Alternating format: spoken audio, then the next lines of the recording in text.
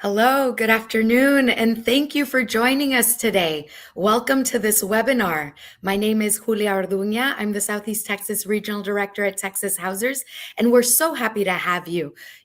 There's a lot of great organizing happening at the local level in Texas, a lot to do with renters' rights and protections, and we know that a lot of laws are also written at the state level, and so we'd like to share that across the state with all of our partners, all of our friends, and all of tenants to better lift these voices and understand how you can get involved, not only in your neighborhood, but across the city and the state as well. So thanks for joining us, and let's talk a little bit about renters' rights.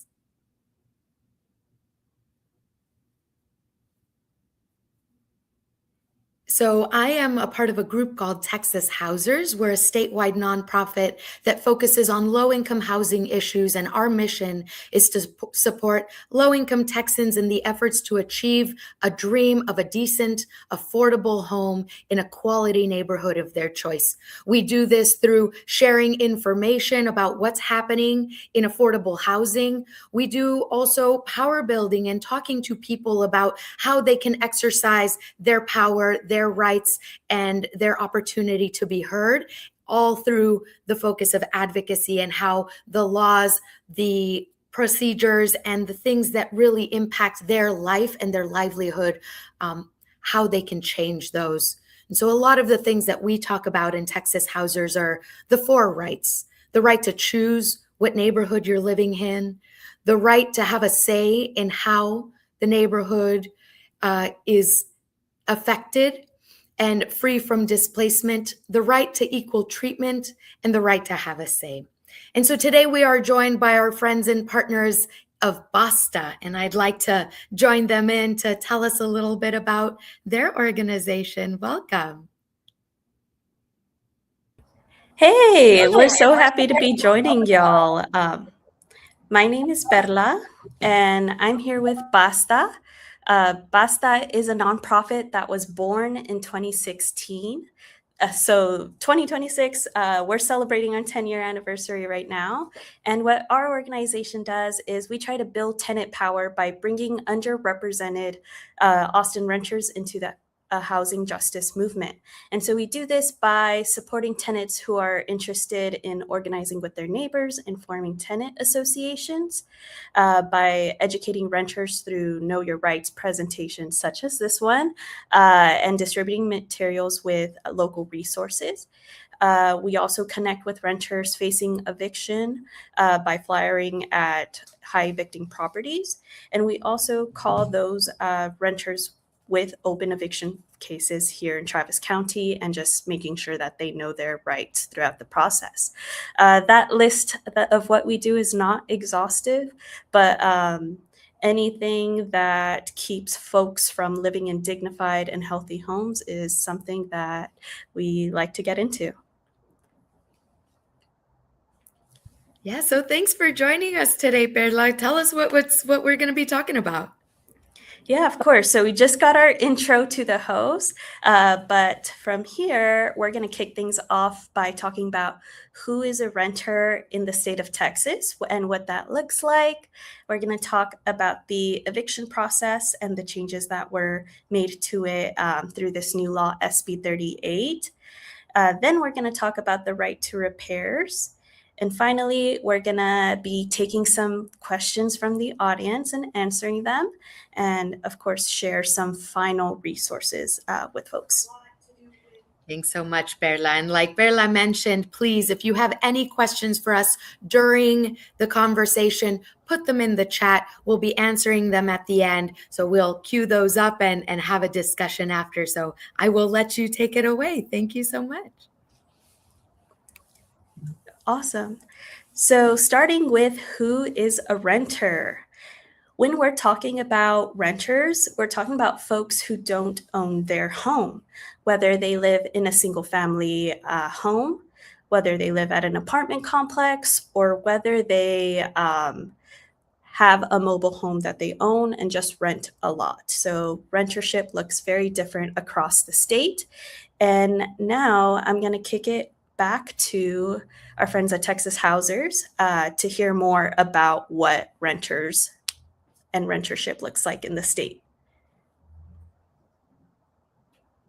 Hi, everybody. It's great to be here with you this evening. My name is Ben Martin. I am the Deputy Director at Texas Housers, and I'm just going to go through a few pieces of information to kind of set the stage, to provide some basic information about who is a renter in Texas, what some of the characteristics of renters are in Texas, and what the impact of evictions are in the state. So starting off with just looking at how many Texas households are renters? It's a little over a third. So 38% of Texas households are renter households. That's over 4 million households in the state of Texas. So this is a massive number of people, families, households in the state. So that just gives a sense of the huge number of renters in the state of Texas. Tenant protections are especially important when realizing that there is a racial and ethnic aspect to this. People of color are more likely in Texas to be renter households. So 59% of Black or African-American households are renter households in Texas.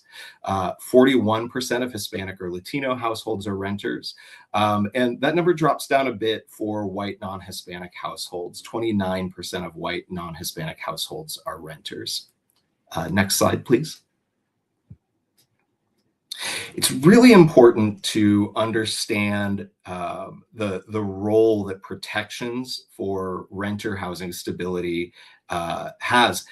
Renter housing stability is so important because renters overall are more likely than owners in Texas to be facing affordability challenges. The median income for renter households in the state is a little less than, a little more than half of what it is for owners. So around 54,000 is the median renter household income compared to over 100,000 for the median homeowner household income in Texas. Next slide. And what that means probably isn't surprising to you. It means that renter households in Texas are really struggling with affordability right now to afford their housing. One way to show that is that for folks who are on fixed income, Social Security income, you get an increase on Social Security income, a cost of living adjustment every year.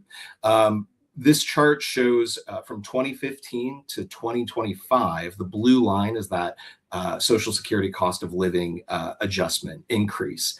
But the red line is the median family income increase. So that is really going much higher, much faster than the cost of living adjustment, which means that that cost of living adjustment really isn't keeping up. And what this results in, this is just one example, one set of folks that impacts, but in general, over half of renters in Texas can't afford their housing.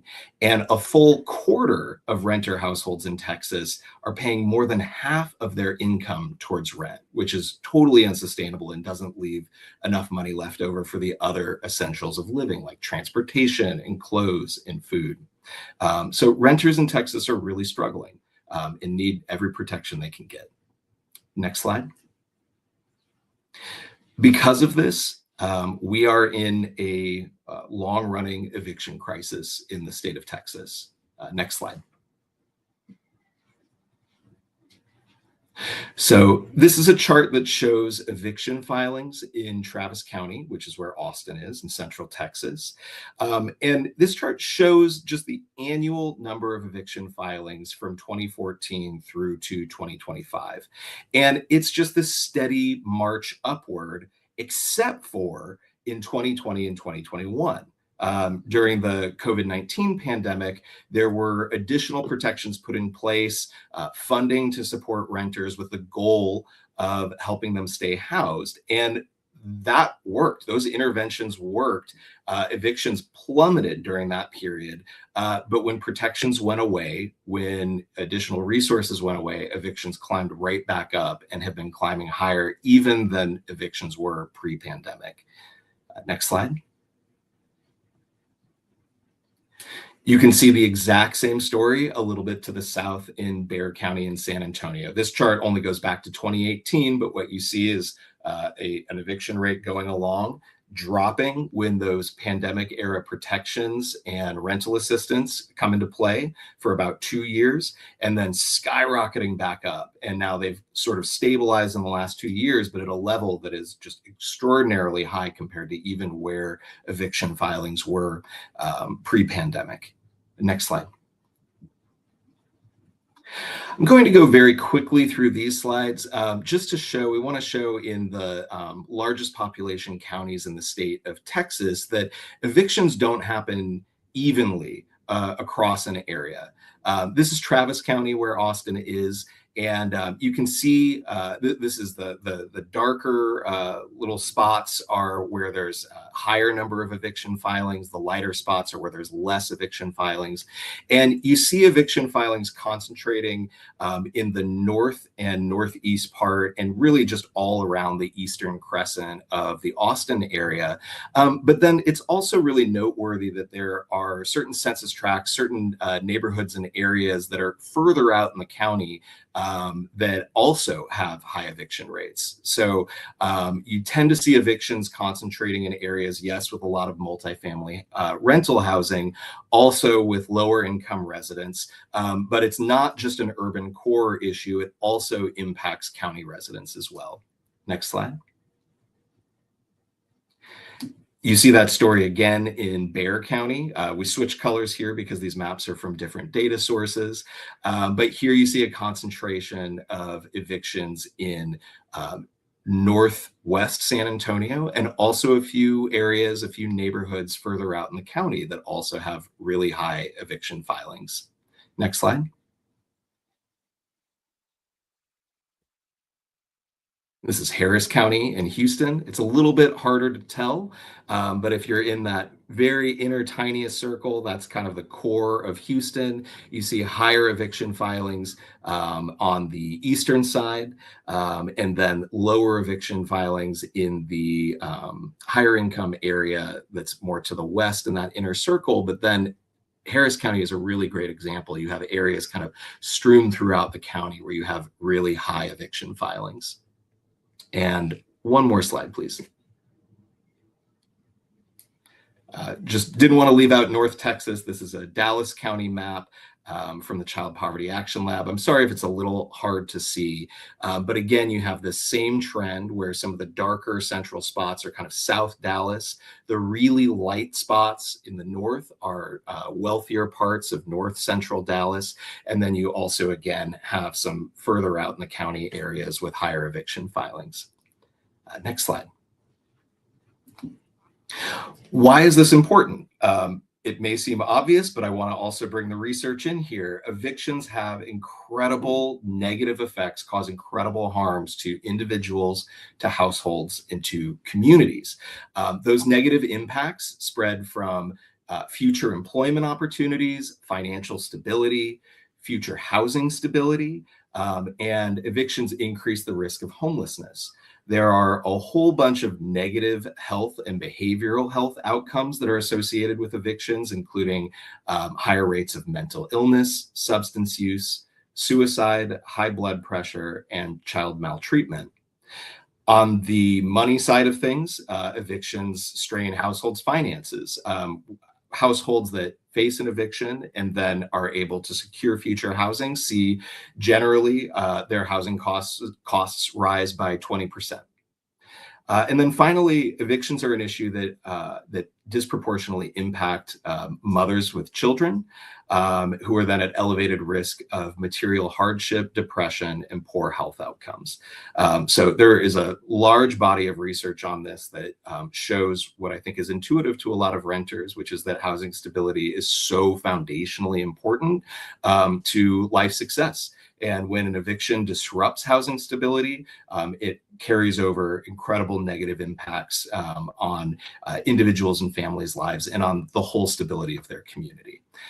So with that, I'm going to pass it back over to BASTA. Yeah, so whether or not folks actually go through an eviction, the whole landlord-tenant relationship is actually shaped by evictions.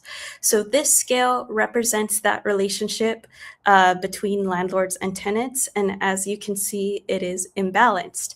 The power to evict is the root of a landlord's power, and because they tenants are scared of experiencing that. Many times they will not ask for repairs despite needing them. They will put up with bogus fines and fees. They will put up with bully managers. They won't organize with their neighbors. And outside of their current situation, tenants can be denied future housing because of their eviction record. And it is our hope that by providing education to tenants over their rights and the eviction process, that power balance can be less skewed. Unfortunately, one big thing that we'll be talking about today is how that work is being made more difficult with something called SB 38. A new law, if you didn't know, that expands the power that landlords have here in Texas. Next slide. SB 38, or Senate Bill 38, came out of the most recent legislative session and took effect with the new year. So since January, we are now seeing SB 38 in place. And it changed a lot of aspects of the eviction process, unfortunately, making it easier for landlords to evict tenants, but at the same time, making it harder for tenants to fight against it. So if this law is so terrible, how did this happen? Well, that is because there's this organization, the Texas Apartment Association, that protects the interests of landlords, and they lobbied or pushed for it, claiming that it was necessary to protect landlords from squatters, which they misrepresented regular tenants like you and I as. Next slide. So now we're going to be looking at the typical eviction process, the individual steps in Texas. The typical eviction process takes about a month, but it can vary. One thing we want to emphasize is that a tenant won't immediately be evicted from their home once the eviction process gets started.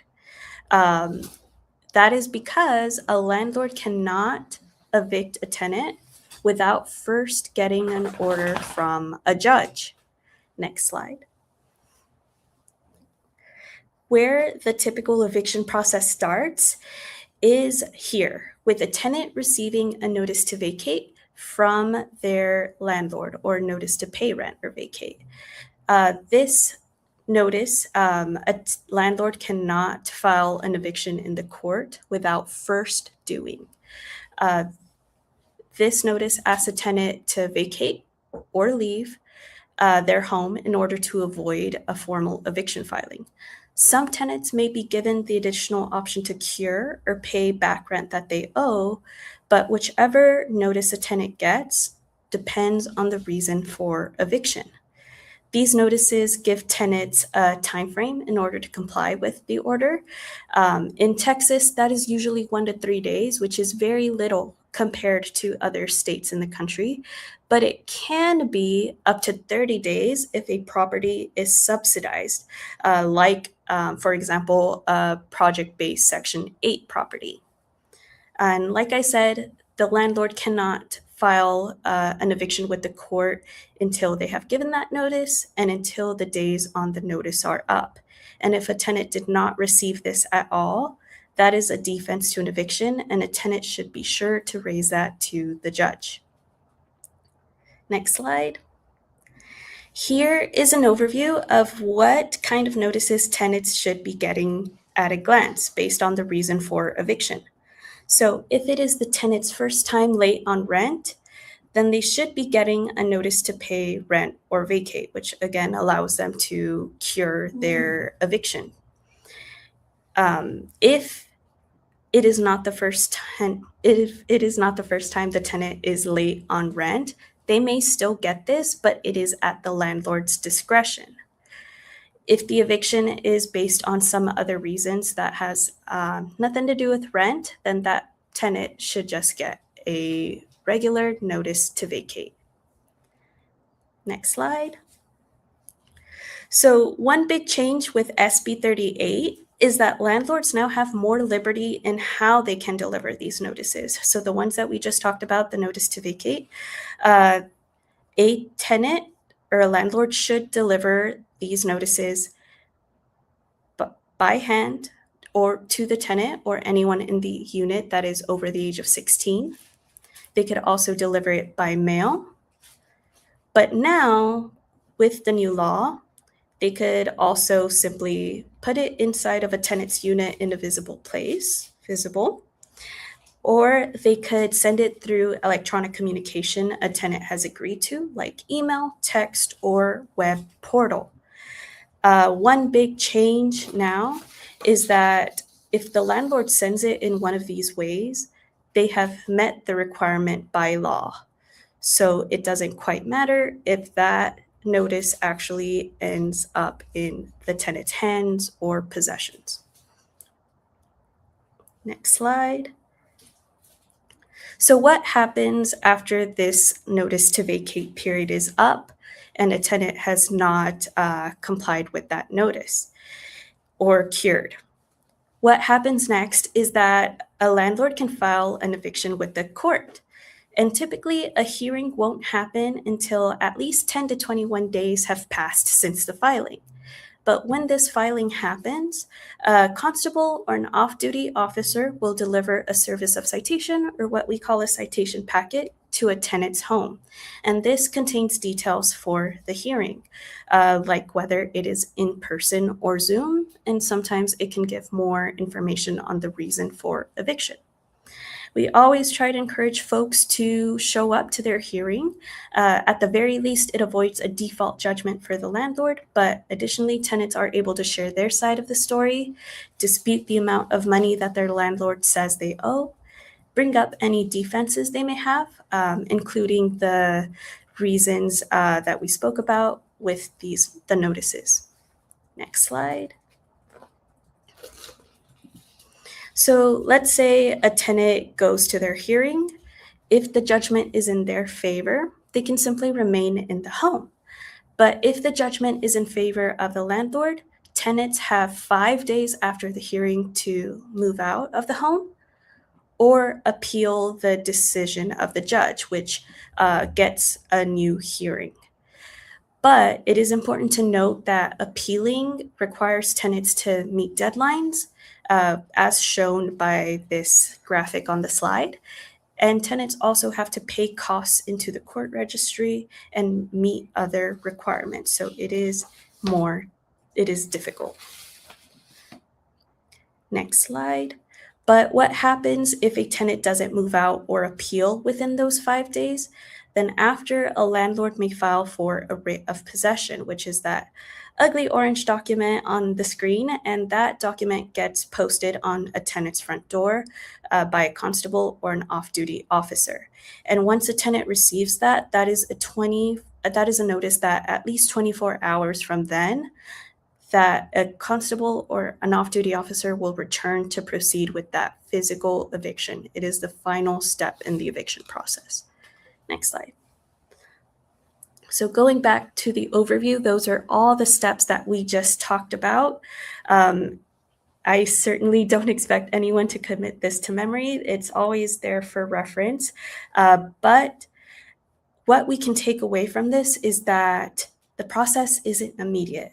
We can also take away that depending on a tenant's own circumstances and resources, that they may be able to take different paths or choices. So now we have a video of somebody confronting the changes of SB 38, and we hope you enjoy it.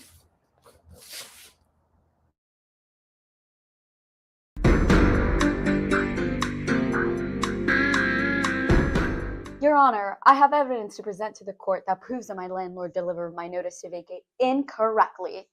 As you can see in this picture, and I also have a doorbell video showing that my landlord placed my notice to vacate outside of my door As we all know, it's the year 2025, and I know my rights.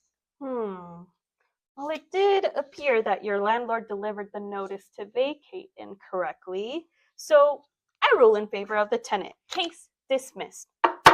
If you want to get your tenant out, you need to do it the right way. No!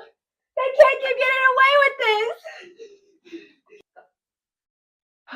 All these rules make my job so hard. I'm just a small-time landlord. I have to make a living from other people that make a living. Wait, did I hear you say you're a landlord? I'm from the Texas Apartment Organization, and I help advocate for landlords like you by helping influence fairer laws in Texas. What? I need your help, please! Wait, you must not heard the news. The nice folks at the Capitol took our suggestions and just passed Senate Bill 38. And it helps protect landlords like you from squatters, or really anyone who doesn't pay their rent on time, technically. It really does a lot to help us all. Well, not all of us, but you know what I mean. That sounds too good to be true. Allow me to demonstrate. Whoa! This ain't New York! We don't got rest this big! Hey, these ones can handle people too. It's how the new law can catch those pesky renters. I mean, squatters. I keep mispronouncing that. So this one is called the digital notice trap. Landlords can now send important notices like a notice to vacate by text or by email. Renters do have to agree to receive these things beforehand, but if they're not reading their lease, they might not even realize they agreed to it. And bonus, we also updated our lease template that's used by most Austin landlords to allow for this. So soon enough, most tenants will have already agreed to it. What? This makes my job so much easier. I see that this one right here is the cure trap. That's right. And this new law technically gives renters a chance to pay their late rent within a certain amount of time in order to avoid an eviction. But you're allowed to shorten that amount of time in just 1 day. And here's the kicker. The right to cure only applies to renters who have never been late on rent before during their lease. Only 1 day to pay late rent is hilarious. I know. What a swell idea. Now, this last one's really good. This one's called the appeals trap. If a renter were to try to appeal their eviction, they already have to pay a month's rent to the court, right? Well, now they have to swear under oath that they have a meritorious defense, or that also means a defense they think they can win. Also, if you time it just right, the renter has to pay the court another month of rent, and that's all yours, buddy. Wow, this is great. Who writes this stuff? People who really care about you.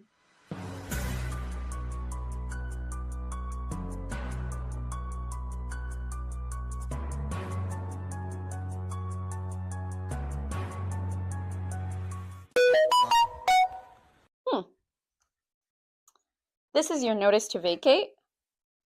What? Ugh. Spam texts are so last year. I mean, the year is 2026.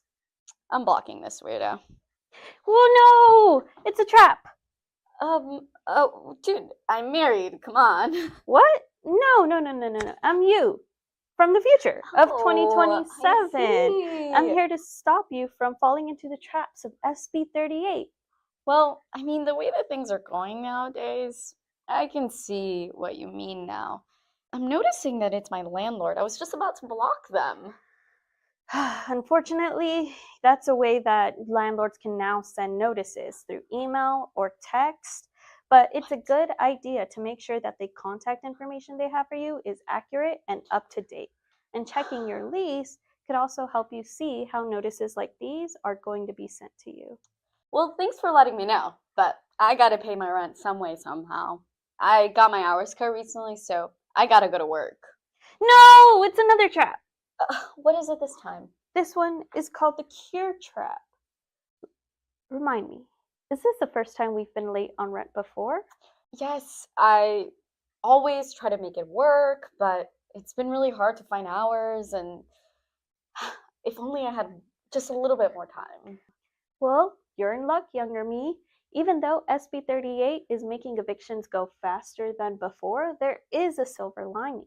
Since this is the first time we are late during this current lease term, you have the opportunity to pay that back, although that can be as short as 1 day though. Wow, what a relief. I'm calling my auntie in Bel Air right now. Thanks, old me. Wait, where did I go?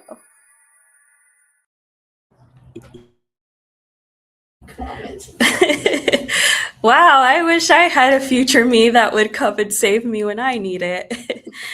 Before moving on, I do want to recap what we learned in the skit, which is on our next slide. So SB 38 gave landlords more liberty in how they could deliver notices, including electronic means now, so text, email, or online portal, but that is only if a tenant agrees first in writing. With SB 38, there is now also a slight rent to cure, or the ability to pay late rent before an eviction is filed with the courts. Unfortunately, that is limited to folks who had never been late before on rent during the current lease term.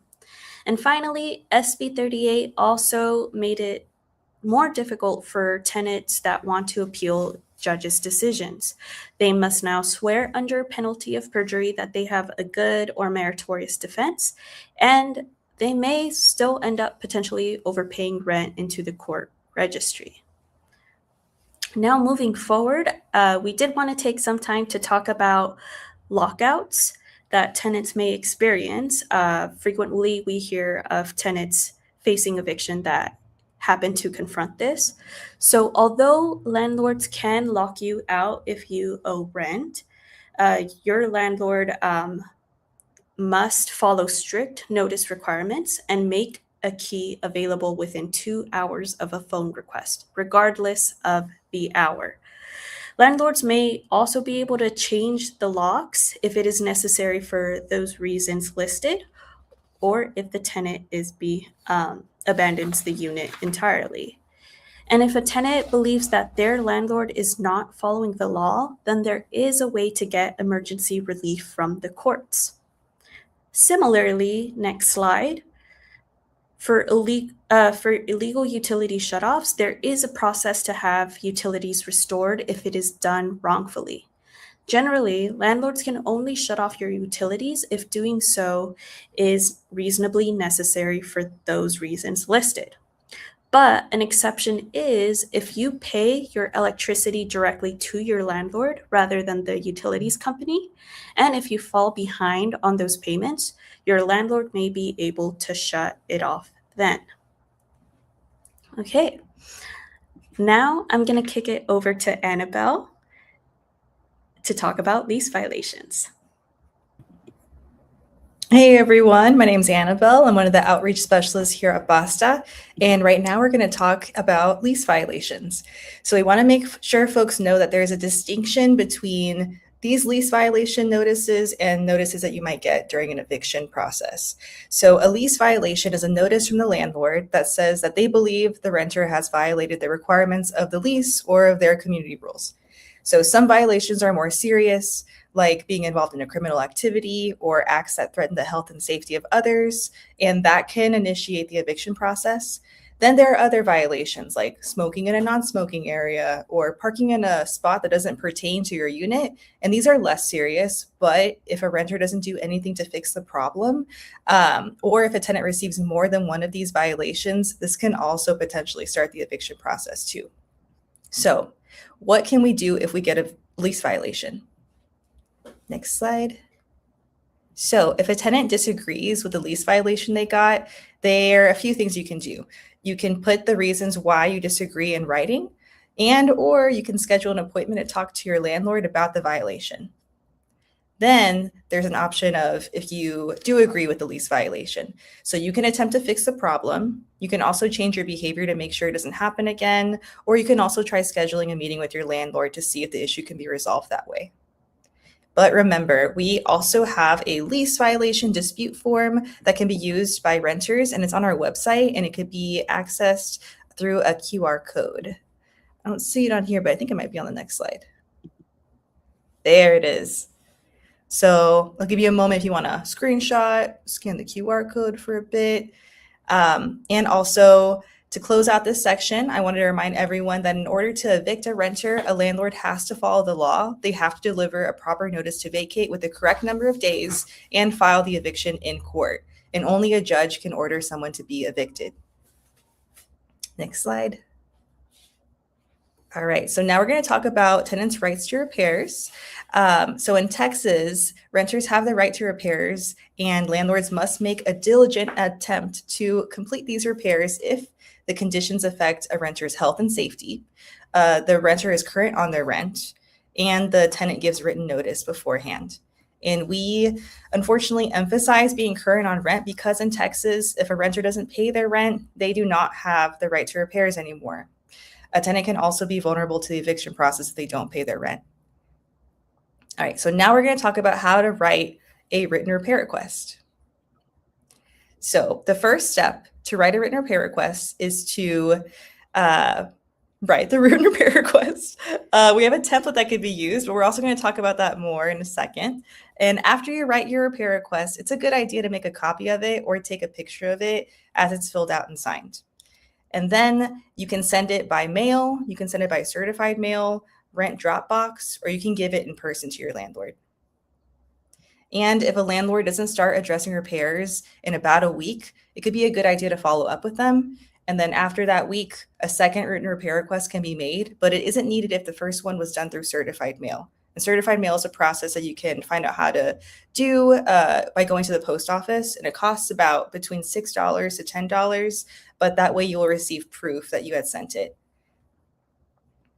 All right, so we are going to watch another little video that we made, and we're going to see what happens when folks try to request repairs or pest control. And then we're going to pause the scene and talk a little bit about what happened before we continue. So let's play the video. Hey neighbor, how's it going? It's all right. I'm just washing my sheets right now because I found a big old roach in my bed. You want to see? It's still here. Goodness. Yeah, I've been dealing with roaches myself ever since I moved in. Oh, really? What have you done about it? Well, I have a cousin who's an exterminator, and he comes like every so often and fumigates my home, and I give him like $10 for it. It's pretty convenient. Huh, that's good, but don't you think the management should be taking care of it? I mean, we do pay rent here. Yeah, I suppose you're right. Have you tried calling the office? Sometimes they can send someone over and do something about it. Yeah, let me do that right now.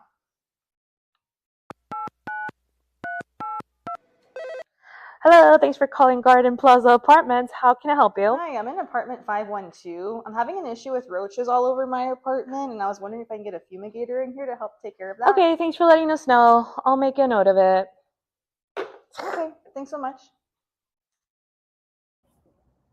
All right, we're going to freeze right there. So judging from that, it seems like the landlord is probably not going to provide the pest control the tenant is asking for. And it turns out a lot of folks make repairs requests that way through a phone call to their management office. There's also the option of telling them in person, writing in an email, or making a work order through the rental portal. So those ideas are good, but according to state law, for a landlord to be legally responsible for repairs, a tenant has to put their request in writing first. So putting it in writing also ensures that there's proof and a proper paper trail of the request being sent. All right, so now we're going to jump back into the scene and see what doing that might look like. And I also wanted to remind everyone, if you have any questions, please continue writing them up in the comments. As we can see, Annabelle is going to fill out the written repair request form. They're going to include their phone name,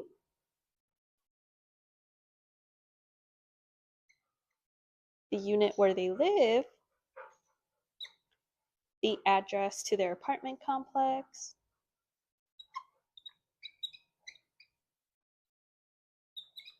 and the date. Now, on the bottom half of the form, we're going to give a description of the issue or repairs that need to be made and state that they affect our health and safety. The tenant is explaining that they need fumigation in their apartment.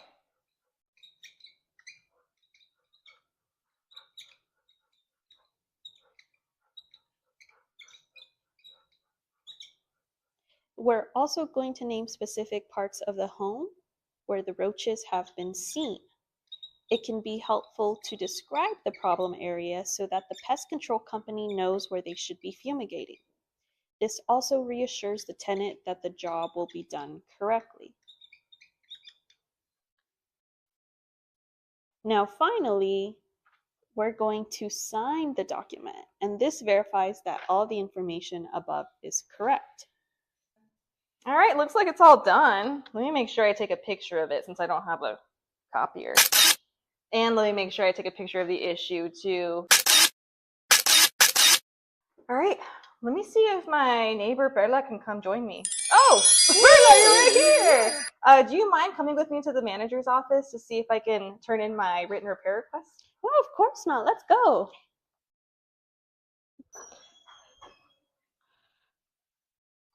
Hey, I'd like to submit my written repair request.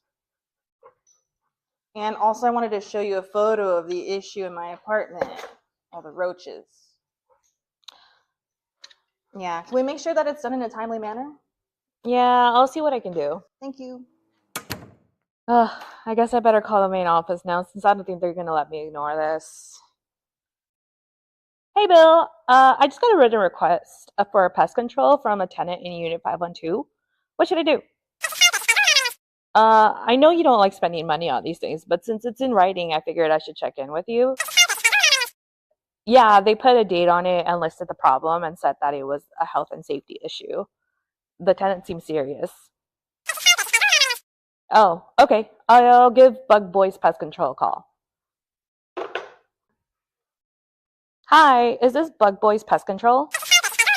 Okay, yes. I'd like to schedule a pest control appointment at Unit 512 at Garden Plaza for next week. Oh, you have an opening on Wednesday? Great. Yes, yeah, you can bill it to our account. Yeah, thanks. All right. So we hear that following this official process can motivate landlords into making these repairs, since there's now a paper trail. Now you have a witness, a friend that comes with you. So there's not a lot of room for them to say, I didn't know about this. So we also want to acknowledge sometimes that although you do all of that, landlords might still not make those repairs, even if it is the lawful process that you followed. So here's what can be done in that case. So if a landlord still has not made the repairs that a tenant has asked for, then the tenant has the right to call the city's code department. So the code department is able to judge whether a structure or property conditions are in line with your city's laws and direct the landlord to fix issues. You also have the option to break your lease, and you also have the option to present a case in small claims court. So for these two options, a tenant has to be current on rent and have followed the correct process to submit their repair requests through the written repair request process. And also to present a case in small claims court, this does require that a tenant does pay court costs. However, if the tenant wins their case, then the judge can order the landlord to complete their repairs in a timely manner, and the judge can also order a reduction in rent for the renter. You also have the option to make the repairs yourself, but if you do choose this option, it's important to remember that you shouldn't make structural changes to the apartment, anything that goes against what your lease says. And also it's likely that if you do make repairs yourself, you might not be able to deduct the cost of repairs from your rent without getting approval from your landlord first. And so, like I said, it could be important to note that tenants must have followed the correct process to submit their written repair requests in order to break their lease or present a case in small claims court. And for assistance with some of these options, there are some legal resources that we're going to be sharing at the end of this presentation. And again, I want to emphasize that in Texas, the law does not permit that tenants withhold rent, even if a landlord hasn't completed the necessary repairs that they had asked for. So because of this, if a tenant refuses to pay rent due to lack of repairs done in their unit, they can also be at risk of eviction. So now that we've concluded our presentation, I wanted to share some resources with y'all. So the resources we mentioned in this presentation can be found on our website, bastaAustin.org. And there's others on different housing topics. We have flyers about late fees, how to get your security deposit back, towing. We hear is a really big issue that some people deal with in their apartment complexes. So I do want to note that some resources that we have on our website are very specific to city laws here in Austin, where we're based. But some of them are also pertinent to different laws that we have here in Texas. So also, next slide, we also have some resources having to do with legal assistance. So here's a graphic that shows the different legal aid organizations across the state of Texas. And this graphic can also show which one corresponds to the area that you live in. So we can leave it for a little second so you can take a screenshot. But yeah, thank you so much for having me.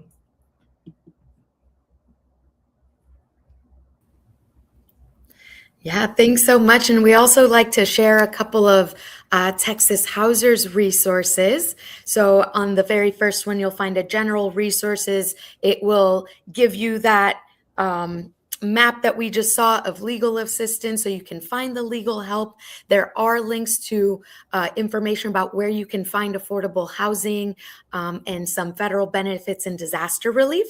And then the second link is our Texas Tenant Advisor. So this is a web page where you can go deep and read a little more about policy, regulations, and laws that have to do with tenants' rights in Texas. So very happy and excited to share those resources with you all. Thank you so much for sharing all of that information. I'd like to welcome back all of our presenters. We're going to jump into our question and answer portion of our conversation. We would like to let everyone know that while this is a Q&A, we are not lawyers on this call. And so this is not legal advice. If you are seeking legal advice, we very much do suggest that you call any of the legal representatives that we have shared on the previous slides. Those legal aids are there to support people at 80% area median income and below. They can give you a lot more information. So please call them if you have any particular questions regarding a legal situation. But let's jump into some of the conversation. So BASTA, I know that Texas Housers and BASTA in our own areas have worked with volunteers to observe eviction court proceedings. Are there any experiences that you hear from tenants in Austin that could be a pattern of what is happening either between landlords and tenants or just in the eviction process in general?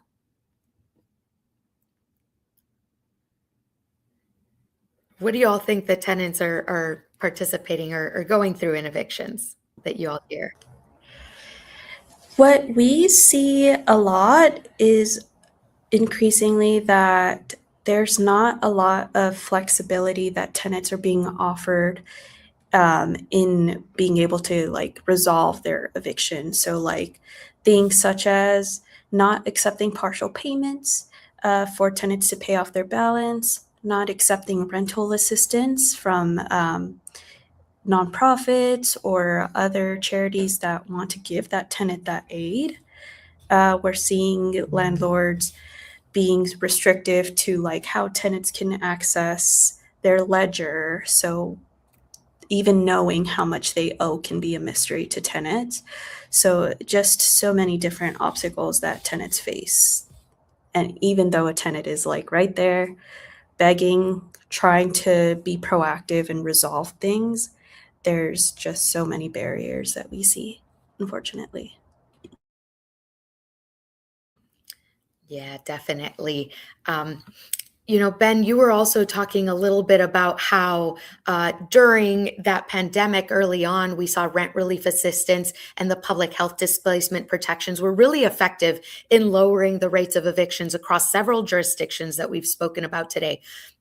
How can these policy changements and investments really support housing stability? Yeah, well, so many of the things that our friends at BASTA discussed today, steps in the eviction process, it's really important to understand that Texas's eviction process and the lack of protections for renters in Texas is really kind of on the severe end of supporting landlords and not supporting renters compared to other states. We have among the most landlord-friendly and tenant-unfriendly laws in the country. And so there's really simple things, you know, it was discussed earlier in this presentation about, you know, just you can contract it down to, or your landlord can contract it down to a single day to be able to pay back your rent to avoid an eviction being filed. Before the legislature took action to support landlords, there were some cities in Texas that were implementing a 7-day right to cure period that would give you a week to pay back your rent. Unfortunately, then the landlord lobby at the Capitol, and legislators that agreed with them or were working with them preempted that, which meant that the state government said that local governments can't help renters in that way. So it's unfortunate but true that the state is where most of the law around renters and landlords happen in Texas right now. Local governments can still provide rental assistance, for example, but it's very difficult for local governments to provide enough money to support all the renters who might need that to avoid an eviction. So that's just those are a couple examples of reasons why it's so important for the folks who are listening in today and renters across the state of Texas to understand and organize locally, but also to appreciate that there is a role to play in having your voices heard, having your experiences heard by state legislators in Texas. Because as we saw in those charts, these protections did work to help avoid evictions and keep renters stably housed. And when they went away, when that funding to support renters went away, evictions went right back up. Yeah, that's right. And I know that we Texas Housers did a report on the ERAP, which is the Emergency Rental Assistance Program, and to see what effectiveness that had. So if you're interested in that, you can see that further on our website and our blog. We do have a message from Dewey that asks, on the line, if tenants receive a notice, it doesn't matter how it was given. If a tenant ends up with the notice in any way that is not one of the four, is it still acceptable, or does the delivery not matter so long as one of the four means that the property code specifies? Does someone want to take that? Yeah, I believe the Basta Austin replied to that comment already, but the answer was, in case that wasn't seen, is that if the tenant gets the notice, the way it is delivered is irrelevant. So that's why we put a little paper airplane on that slide, because it could be as ridiculous as that. But if a tenant gets to it one way or another, it counts, which is sadly one of the big changes of SB 38. Yeah, and even if the tenant says, I didn't receive the notice, but the landlord has proof that they sent it to them, that's also another, yeah. Again, particular, someone, Crystal asks right now, how can we confirm with the landlord that the notice has been given? So what would you all suggest that folks do? I mean, if you ask the landlord and they tell you that's an unlikely scenario. But outside of that, those documents should be filed with the court. So most of the time, tenants will see a copy of their notice to vacate attached to the court citation or the citation packet that tenants receive from the constable or an off-duty officer. It will be there, but if not, if a tenant doesn't get that, which we find a lot of the time that happens, if a tenant reaches out to the court hearing their case, maybe that is something that the court can provide. Yeah, thanks so much. Boris says that he's in Harris County in the same house for 11 years, all rent paid in full, late fees accumulated to $3,300, and the landlord will not renew the lease that is due at the end of this month. I've tried to work out a payment plan. The landlord said no and has ignored other requests and resolutions. Boris, if you are still on, Harris County does have a dispute resolution center to support some of these conversations. We can drop that link in the chat. It's a drc.harriscountytexas.gov. That may be somewhere where you can call and ask for support to talk with your landlord. Or like we mentioned, maybe some of these legal aid groups would be able to come and support you in some of these negotiations. We have another question from a YouTube user that asks, can you legally withhold rent if the landlord doesn't make repairs? Who would like to take? I can go ahead and answer it. So the answer to that question is no, unfortunately. I know some other states or cities may have laws that allow for that, but in Texas, it is a big no. And I know that's unfortunate. I know folks may think, it only makes sense because if they're not holding up their end of the deal, why should I? But it just puts folks at the risk of going through the eviction process. And we have come in contact with a lot of tenants that, tell us they're going to do this anyway. And we hear from them just very shortly that now they're going through an eviction, and it's very unfortunate to see folks go through that. Yeah, that's right. And one of the things that I particularly say is your lease is your best friend. And like you all were talking about, the repair and remedy is the portion of a lot of this that tenants really need to read and understand as to how their rent plays into that and how to ask for that assistance. We do have a question particular to BASTA about repair and remedy, asking if you all have a repair and remedy request on your website form on your website. Yes, we do. Oh, I think the link has been posted on there already. And if not, we'll go ahead and do that in a moment.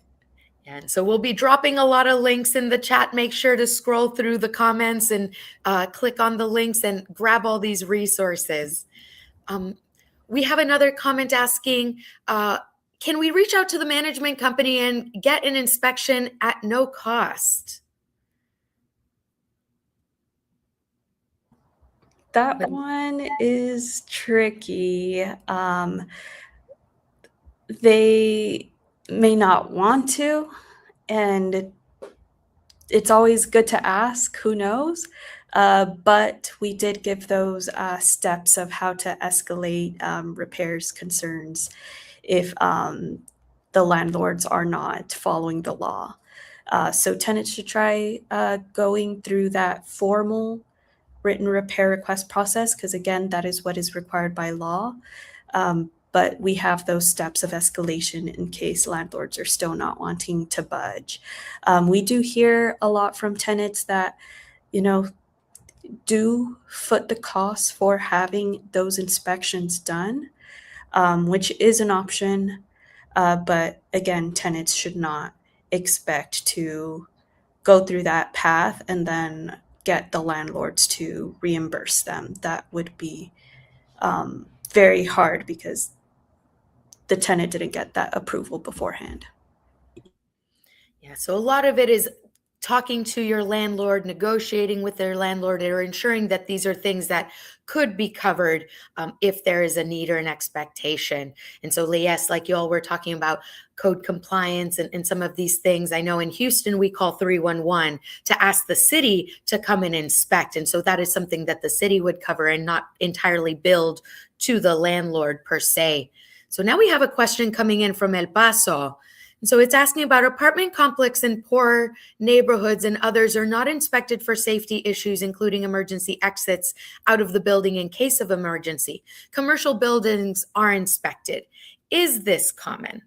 And I guess I would say that a lot of that has to do with your local code rules and your building rules. So look at your city's code compliance or look at your city's property code.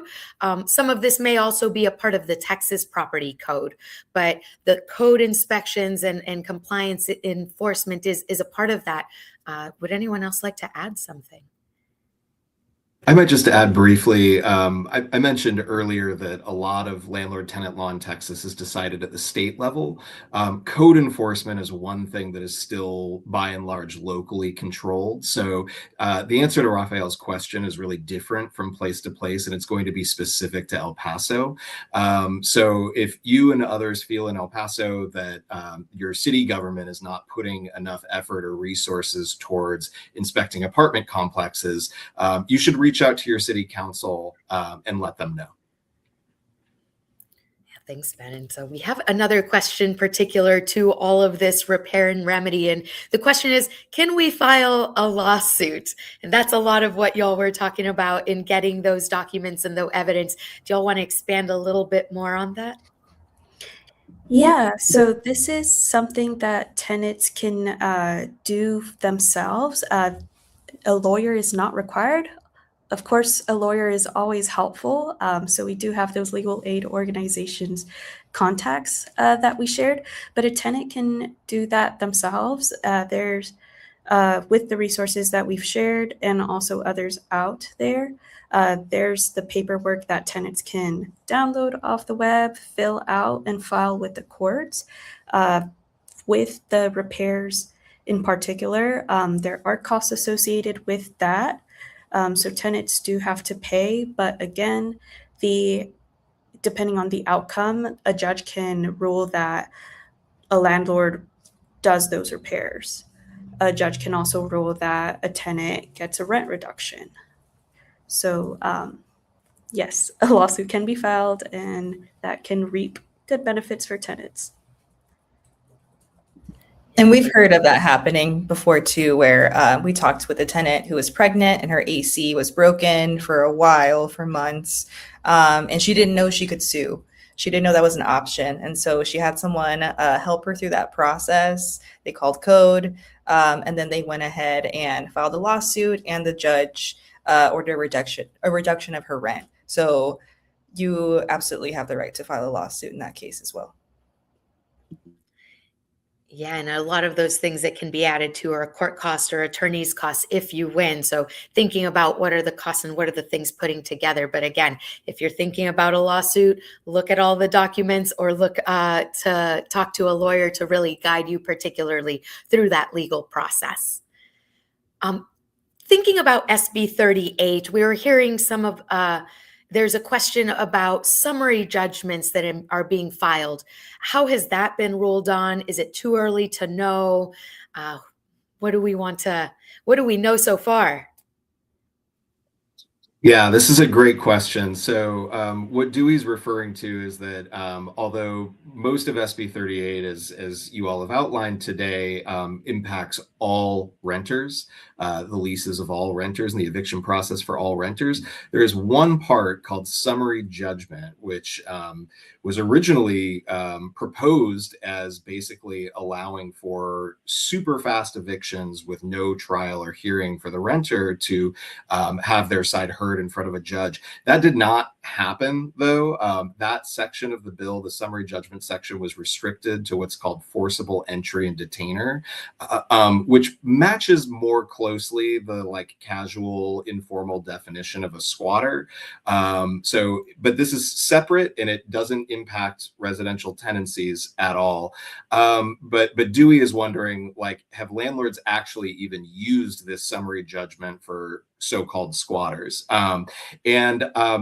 It is too early to tell. I'm not aware of any systematic analysis of how frequently summary judgments have been requested. We're actually working on that at Texas Housers and a few other data partners right now.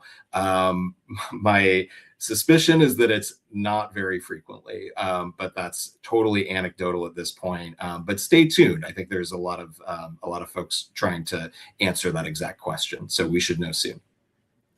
Yes, and I do think as people are learning how to engage with these new laws, judges are also learning, landlords and tenants alike. We're going to start seeing this possibly play out a little more. So I think if people are interested in observing court, that is an opportunity that people have. Court is public and open. So those are some of those things that we can learn in being in the courtroom and understanding how these things are actually playing out. And in speaking of how things are playing out, Ben, I wanted to ask particular, we were talking about the data and we really can't see why people are being evicted. If it's a lease issue, is it a late payment issue in particular to the raw data that we're looking at? But is there something that we can deduce from the rates of evictions and the location of where these evictions are happening? Yeah, so the majority of evictions are from rent, like late rent related evictions. It is not the case that non-rent related evictions make up the majority. It's mostly non-payment of rent related situations. The other part of your question is, can we deduce like where evictions are happening? We have some really interesting research that we've published on our website. And after I'm done with this answer, I'm going to go find the link and drop it in the chat for everyone. Looking at in Bexar County and Harris County in particular, that's San Antonio and Houston, where are evictions happening? And in addition to some of the things about evictions happening in certain neighborhoods more than others that we talked about earlier, it's actually at like individual properties, that a small number of individual properties are responsible for a disproportionate share of evictions. So you'll have individual properties where a huge portion of the renters face an eviction filing every month. And there are different reasons for this. Sometimes this is because this is housing of last resort, and it's a very low income housing population that tends to be housing unstable already. But even in those situations, it's just important to go back and remember that an eviction filing against you stays on your record for years afterwards, and is not only going to jeopardize your housing stability now, but is going to jeopardize your housing stability years into the future as you try to find other housing where you can land, and use that housing as a foundation for everything else you're trying to do in life. Yeah, that's right. Thank you so much. Basta, we hear often that renters are scared of being retaliated against by speaking up. Do you feel like people are being retaliated against and threatened with an eviction? And if so, what would you suggest that tenants do if this is happening? Yeah, we often hear from a lot of folks belonging to vulnerable populations, whether that's immigrants, folks that are non-English speakers. We hear from single mothers, folks with disabilities, and oftentimes they do feel like they're being retaliated against, whether that be for their identities or other actions. And for tenants that feel like they are being retaliated against, there are ways to report that. There's a lot of different enforcement agencies, whether that's belonging to your city, like the city of Austin has an Office of Equity and Inclusion or Civil Rights Division that does investigate claims like that. I know that there's Texas enforcement agencies as well. And if those actions are happening at a subsidized property, they also have their own places where those concerns can be raised. It is a good idea for tenants to have documentation with cases of retaliation. That bar to prove those claims is so high. So gathering stuff such as written communication, photos. In Texas, it is also legal for tenants to record interactions with their landlords or management, so long as they are also in the video or recording. So just copious documentation is always a good idea. And also, according to Texas law, it is illegal to retaliate against a tenant within 6 months of an activity that they've done having to do with either they're organizing with their neighbors, they're talking with their neighbors about the common issues they have, or they filed a written repair request and the landlord is retaliating against them for that, or they called code department. If they do any of those things, those are their rights. Those are renters' rights that are solidified by Texas law. And so if a landlord retaliates against you for that, that is against the law. That's right. And you can definitely take pictures, make sure everything is in writing, collect that evidence, for sure. SB 38 was passed in 2025 in the legislative session. And we know in Texas, we only have legislative sessions every 2 years. The next one is going to be coming up in 2027. So Ben, what should tenants be thinking about, learning right now, catching up and getting ready for the next legislative session? What should we be thinking about and looking at? think that it's just so important, again, to find out who your Texas representative and Texas senator is, and to reach out to them to, let them know your challenges and experience. Is it about just the lack of affordability, the ability to find a home that you can afford? Is it a particular situation where Texas law about renters and landlords really created a challenge or a challenge to you or a harm to you? It's important that our legislators understand this, because most of them you really don't understand this process particularly well. It's not totally clear what the legislature is going to do about landlord-tenant law next session, if anything. I think that picture becomes clear the closer we get to session in 2027. But often there are both good and bad legislation to improve laws, protections for tenants, and also considering laws that would make tenant protections even worse. So we have to be really vigilant. Texas Housers really pays very close attention to this. So you can always follow our blog and our social media accounts. Our blog is on our website at texashousers.org. And if there's something to be concerned about, or if there's something to be excited about, we will definitely be posting about it and posting opportunities to get involved. Yeah, so tenants can definitely learn more about past or future legislation, activities, and bills through our website and through other communications that we have. I'd like to ask our friends and panels, is there anything else that you would like to share with our audience tonight before we go?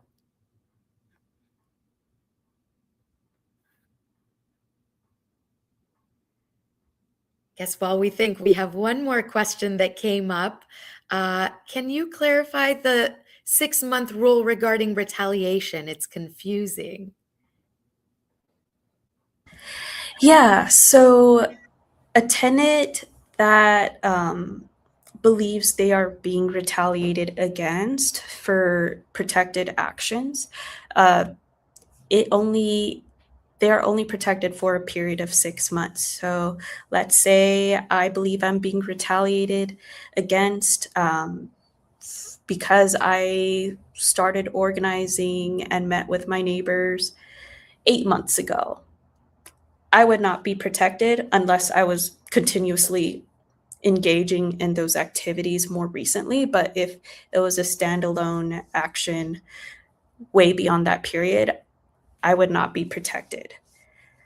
So actions such as asking for repairs, calling code or any other government enforcement agencies, or participating in tenant organizing, those are protected actions.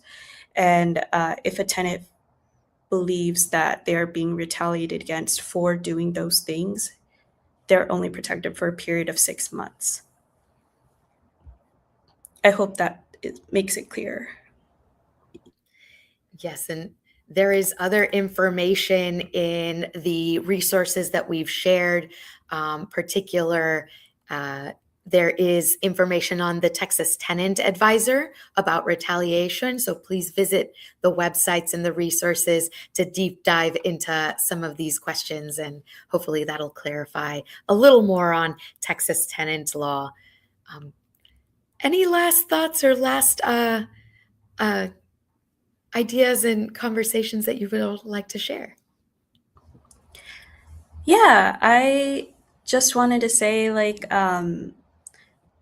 we all know that there's a lot of stigma attached to evictions.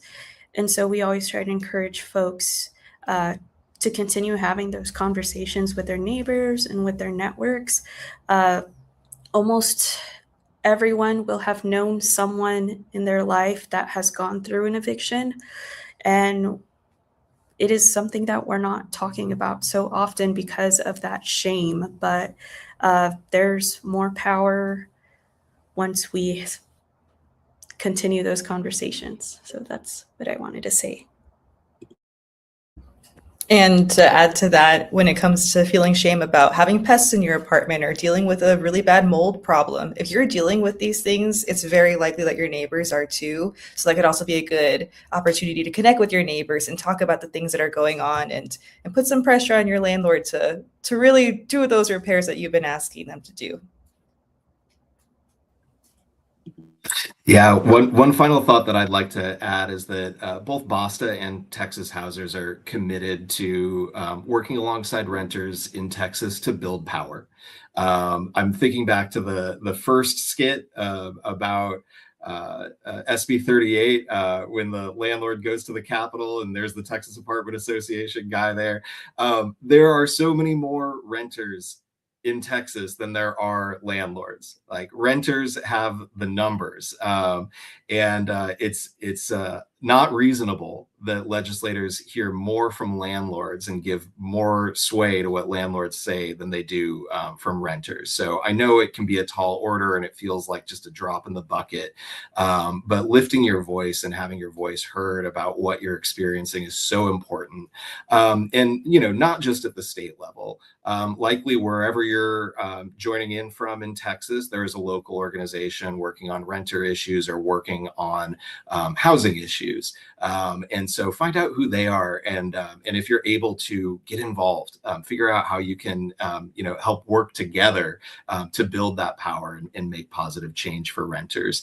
And if you can't find anyone locally, reach out to one of our organizations, and we'll help try to make the connection with you. Definitely. Well said. Well, thank you all so much for participating in this conversation, sharing your thoughts and your knowledge with us.